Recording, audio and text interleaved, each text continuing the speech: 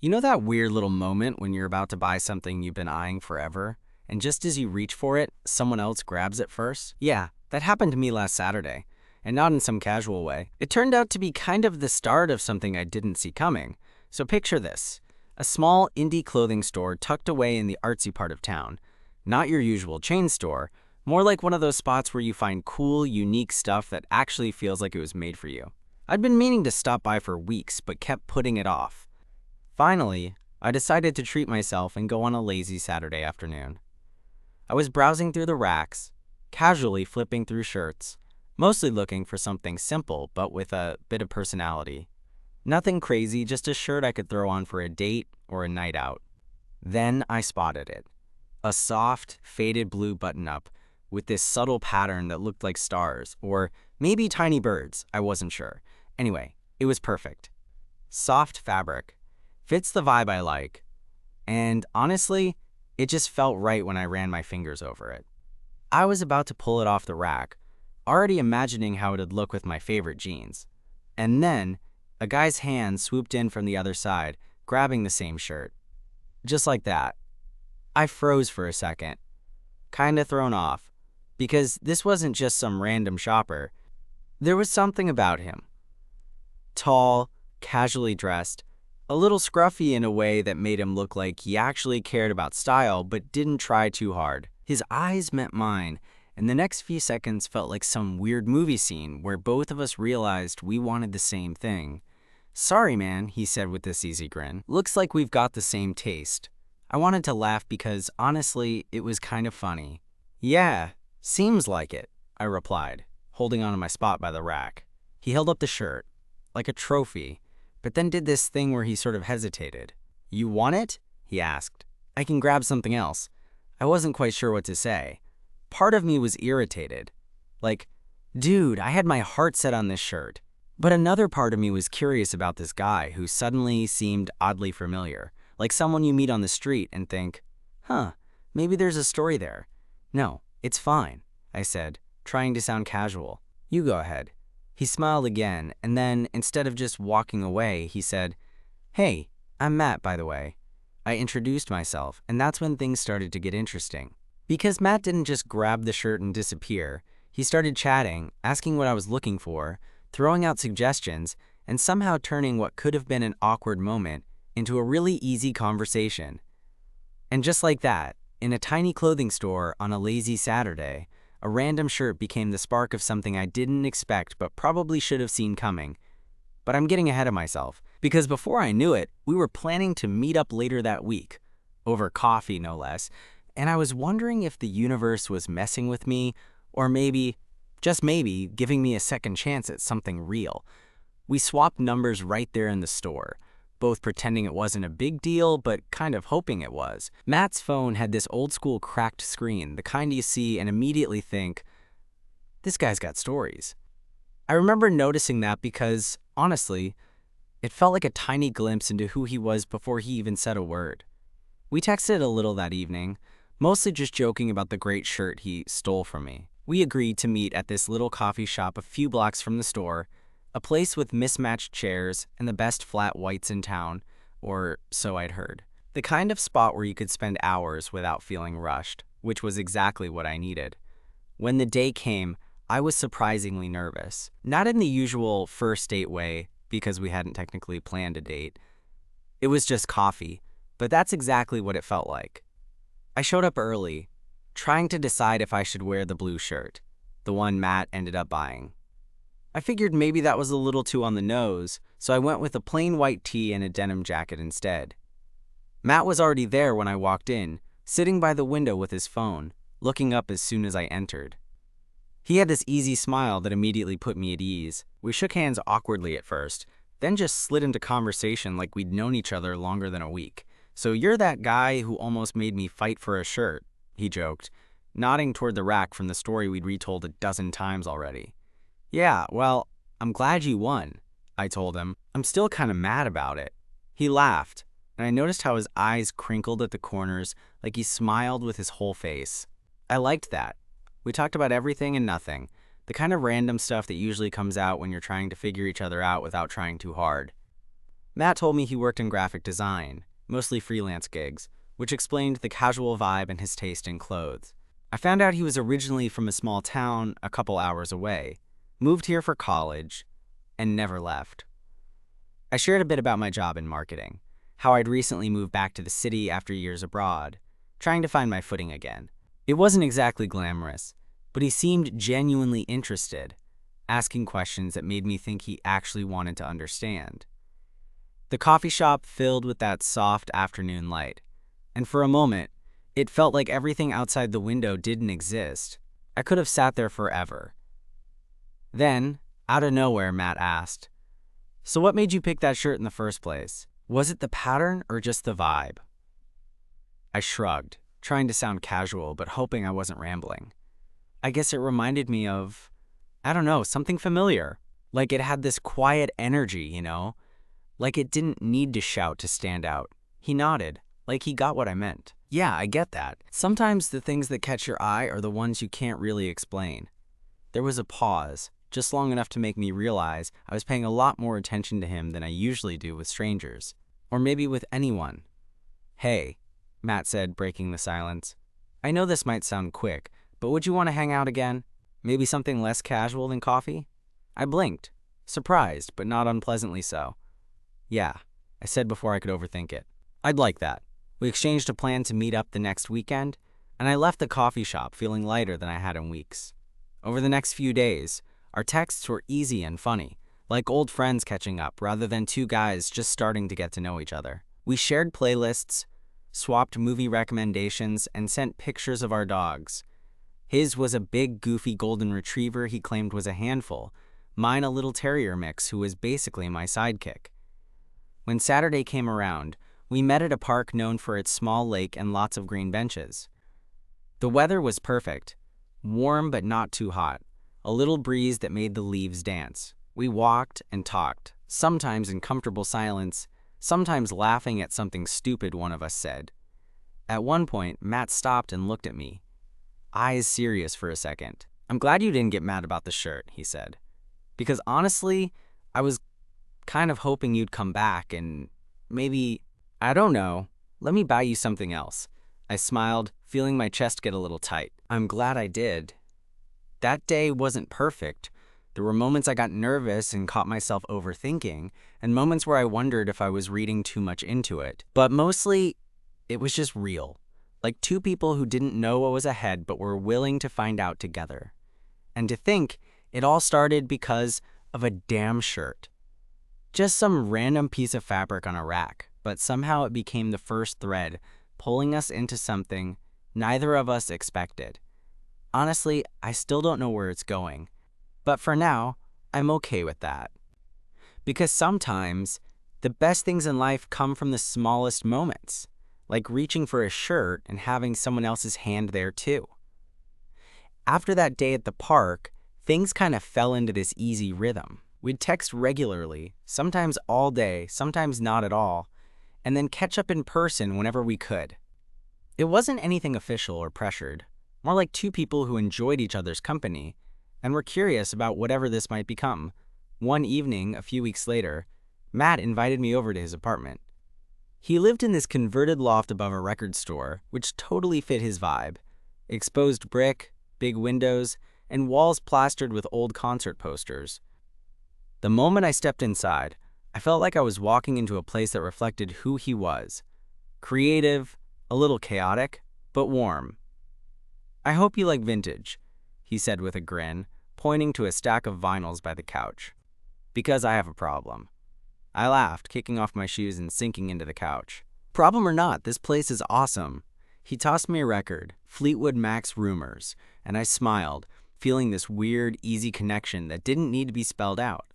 We spent the night playing music, talking about everything from childhood memories to ridiculous dating stories. At one point, Matt pulled out an old Polaroid camera and started snapping pictures of me with this mischievous grin. "You're officially in my collection now," he said, showing me one of the prints moments later. I was caught mid-laugh, hair a mess. Somehow, it felt intimate, like a secret memory we were creating together. As the night went on, the conversation shifted.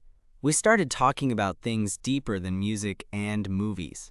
Hopes, fears, the kind of stuff you usually keep tucked away. Matt opened up about how moving here was both exciting and terrifying, how he sometimes felt like an outsider even in a city that was supposed to be home. I shared how coming back after years abroad was harder than I thought, how I'd been dodging the idea of starting over, especially with people.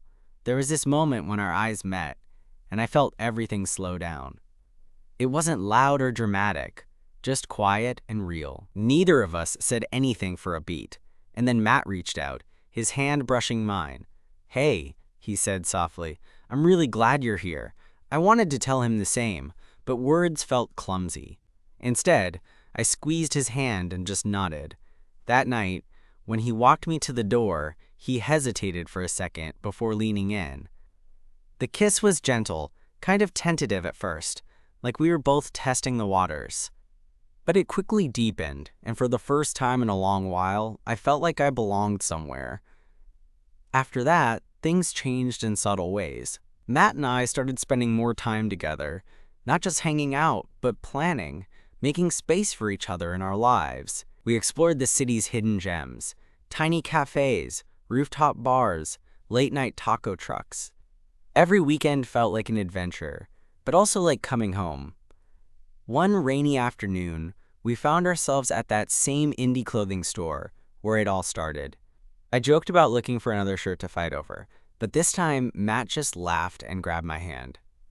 "Maybe we're better at sharing," he said, smiling like he knew exactly what he wanted. Walking out, both of us carrying bags with random finds, I realized something. This wasn't just about a shirt anymore.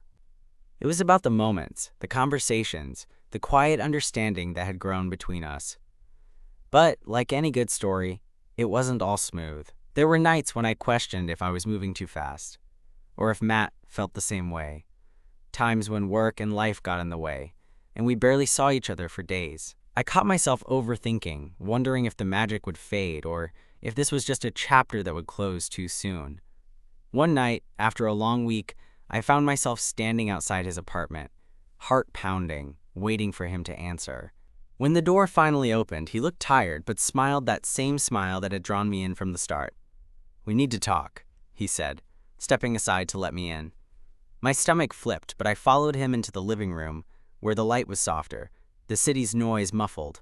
"I've been offered a job," he started, voice a little shaky. "In another city. It's a big opportunity, but it's far." The words hit me harder than I expected. I'd been so caught up in how good things felt that I hadn't thought about the future or what it might mean if we had to be apart. "What do you want to do?" I asked, trying to keep my voice steady. Matt looked at me, eyes searching. "I want to be with you, but I don't want to hold you back either." We sat in silence for a while, both of us needing time to process what this meant. In that moment, I realized that this, whatever this was real enough for us to fight for. That it wasn't just about the shirts or the coffee or the photos. It was about two people willing to figure things out, together. So yeah, I'm not sure what's next. But I know this. Life's funny like that. Sometimes it's a shirt on a rack. Sometimes it's a choice between what's comfortable and what's scary. And sometimes, if you're lucky, it's both. We spent that night talking, really talking. Not the small stuff, but the kind of conversation where you lay everything out, vulnerabilities and all. Matt was honest about how much the job meant to him, how it was a chance to grow professionally, to maybe finally feel settled in a way he hadn't before. And I told him about my fears, how the idea of distance made my chest tighten in a way I hadn't expected. We didn't come to any easy answers, but somehow sitting there, in the quiet glow of his living room, made it feel like maybe we could figure it out together. The days that followed were kind of a blur.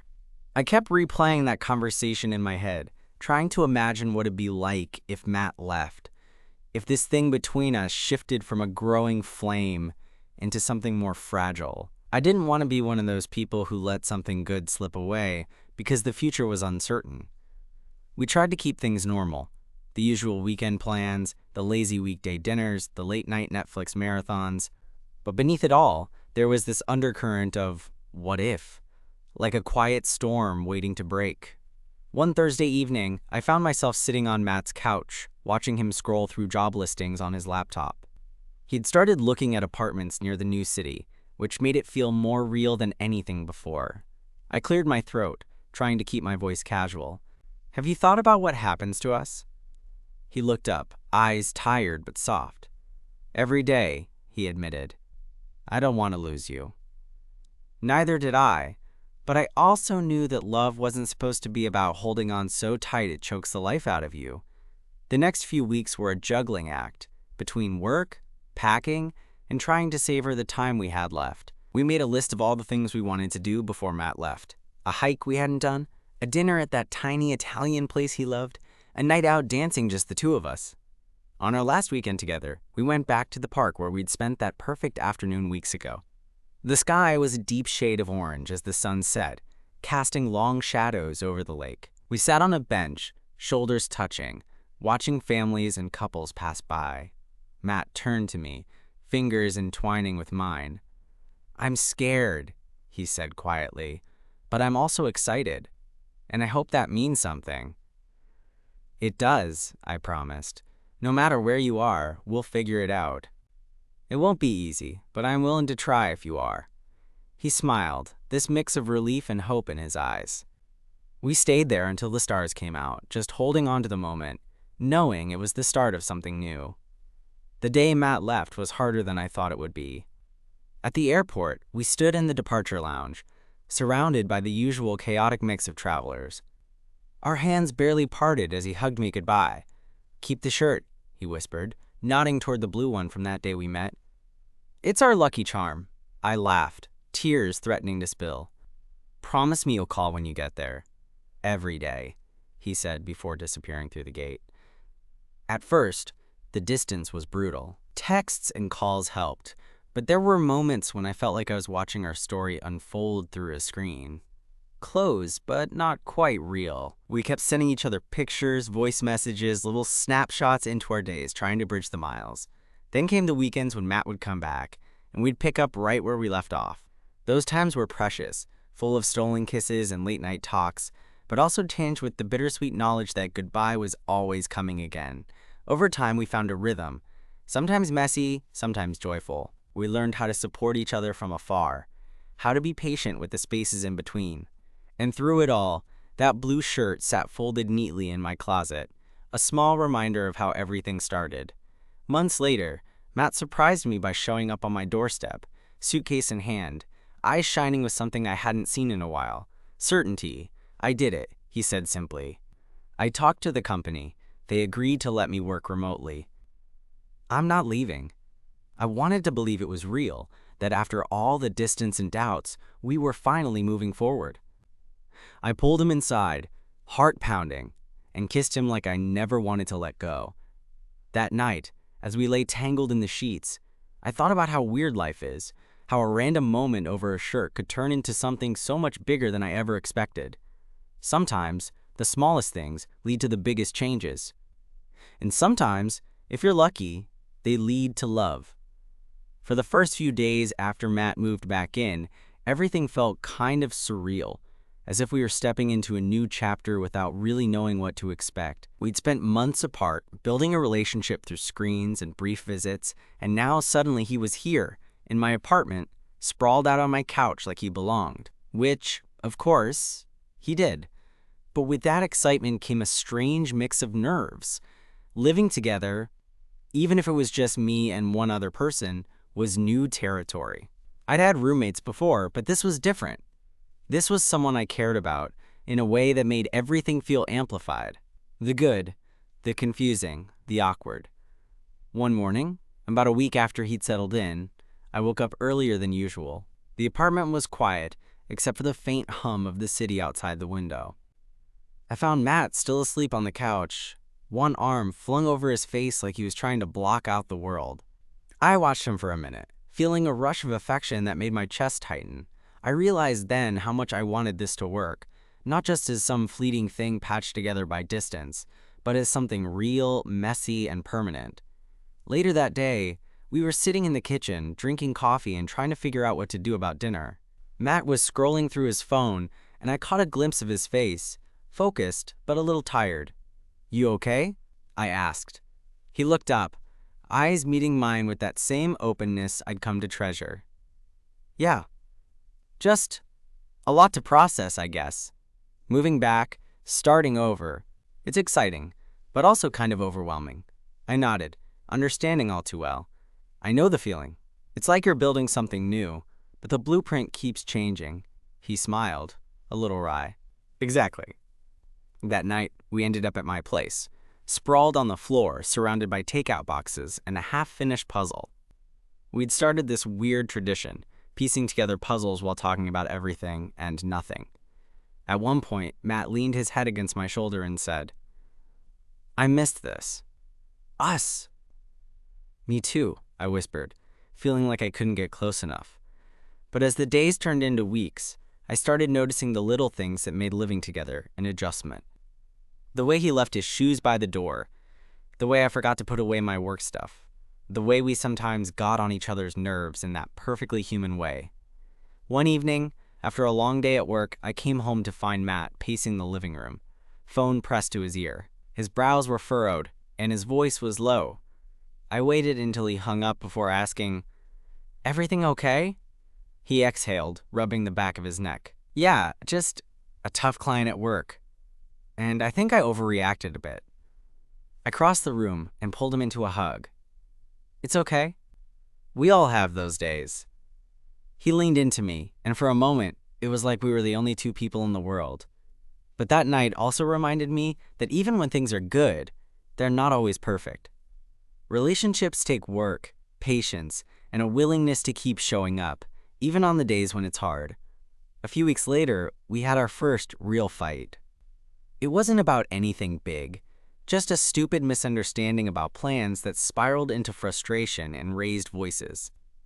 Afterwards, we sat on opposite sides of the couch, the silence between us heavier than any words.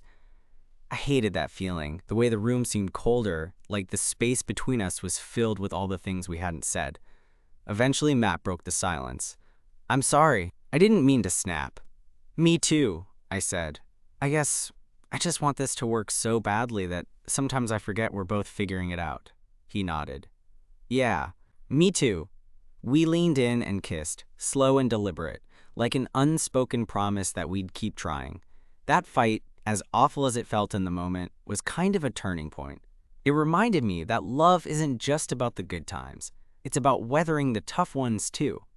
As the months went by, Matt and I settled into a kind of comfortable chaos, balancing careers, friends, and the everyday stuff that makes up life. We decorated the apartment together, picking out plants and art and little trinkets that made the space feel like ours.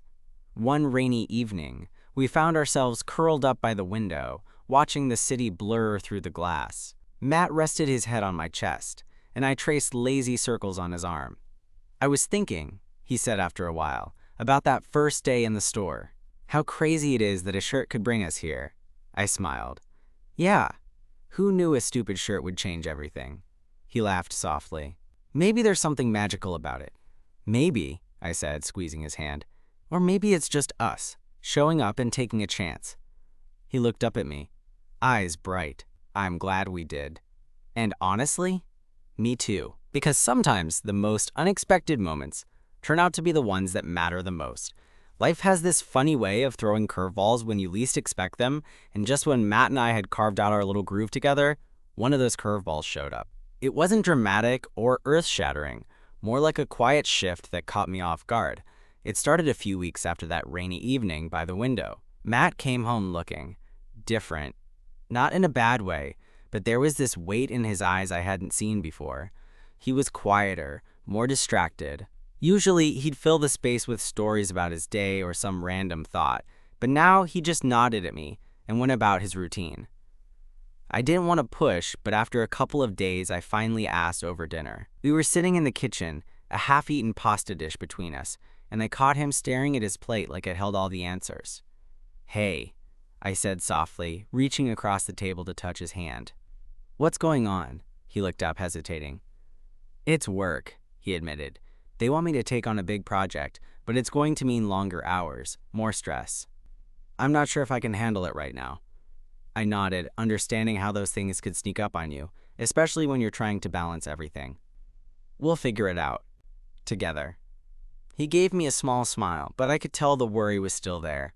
Over the next few weeks, I watched as Matt struggled to juggle this new responsibility. He'd come home exhausted, sometimes snapping at me over little things, other times retreating into silence. I tried to be patient, to give him space, but somewhere along the way, I started feeling like I was losing him. Not because he wanted to leave, but because the weight of everything was just too much. One night, after a particularly tense week, I found myself standing outside his apartment, the sky dark, and the city buzzing around me. I didn't know what I was going to say when he opened the door, if he'd even want to see me. But when he did, his relief was obvious. We sat on his couch, the silence thick until I finally spoke. "I miss us," I said quietly, "the way we were before all this." He looked at me, eyes glistening. "Me too. I don't want to lose what we have." "I don't want that either," I said. "But we can't keep pretending everything's okay if it's not." That night, we talked, really talked, for hours. About fears, about stress, about how easy it is to get caught up in everything else and forget what's important. We promised to be more honest when things got tough, to lean on each other instead of pulling away. It wasn't an instant fix, but it was a start. Around this time, I started noticing small things about Matt again. The way his eyes lit up when he found a new band he liked, his terrible but charming attempts at cooking, the way he'd hum softly when he thought no one was listening. Those little moments reminded me why I fell for him in the first place. One Saturday, we decided to take a break from everything and go back to that indie clothing store, our unofficial Lucky Charm place. We roamed the racks, laughing over ridiculous patterns and trying on hats that were way too big. At one point, Matt pulled out a shirt, not the blue one, but something equally quirky. "This could be our new thing," he joked. I grinned. "Deal?" That day felt like a reset button. We left the store with an armful of clothes and a lighter mood. Back at the apartment, as we unpacked our new finds, Matt turned to me. "I don't say this enough, but thank you. For sticking around, for being patient," I shrugged, feeling a warmth spread through me. "You don't have to thank me. We're in this together." He pulled me into a hug, and for a moment, the world outside faded away. But life, as always, had more twists in store. A few days later, I got a call that threw everything off balance. It was my boss, sounding serious. There was a chance I might have to relocate for work out of state, which honestly felt like a punch to the gut. I didn't tell Matt right away. I wasn't sure how to even begin the conversation, or if I should hold on to hope that it wouldn't happen. But secrets, even the small ones, have a way of surfacing. When I finally told him, I saw the same flicker of fear and uncertainty I'd seen in myself. We sat there, two people caught between wanting to chase our dreams and wanting to stay grounded in what we had. That night, we made a promise. No matter what the future held, we'd face it together. Whether that meant finding ways to make long distance work again, or figuring out a new path that included both of us. It wasn't easy. There were moments of doubt, arguments born from frustration and fear, and nights when all we could do was hold each other and hope it was enough. But every time I looked at Matt, I felt this stubborn hope that love, messy and complicated as it is, could be the thing that kept us grounded. And honestly, sometimes that's all you need. Months passed, filled with tough conversations and compromises neither of us imagined we'd have to make so soon. I ended up turning down the relocation. It wasn't a decision I took lightly. Work meant stability, a paycheck, a future. But when I thought about what mattered most, it was Matt. Our life together. The small moments we'd built, the quiet comfort of sharing space, the way he made me feel like I belonged.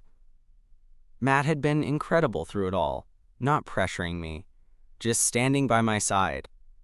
That support made me realize something important. Love isn't about grand gestures or perfect timing.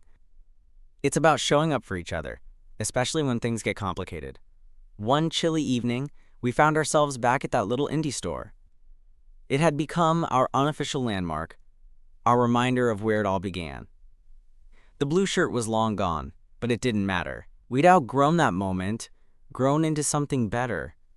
We lingered in the shop, fingers brushing over fabric, joking about how we almost got in a shirt fight. Matt pulled me close and whispered, "I'm glad you're here."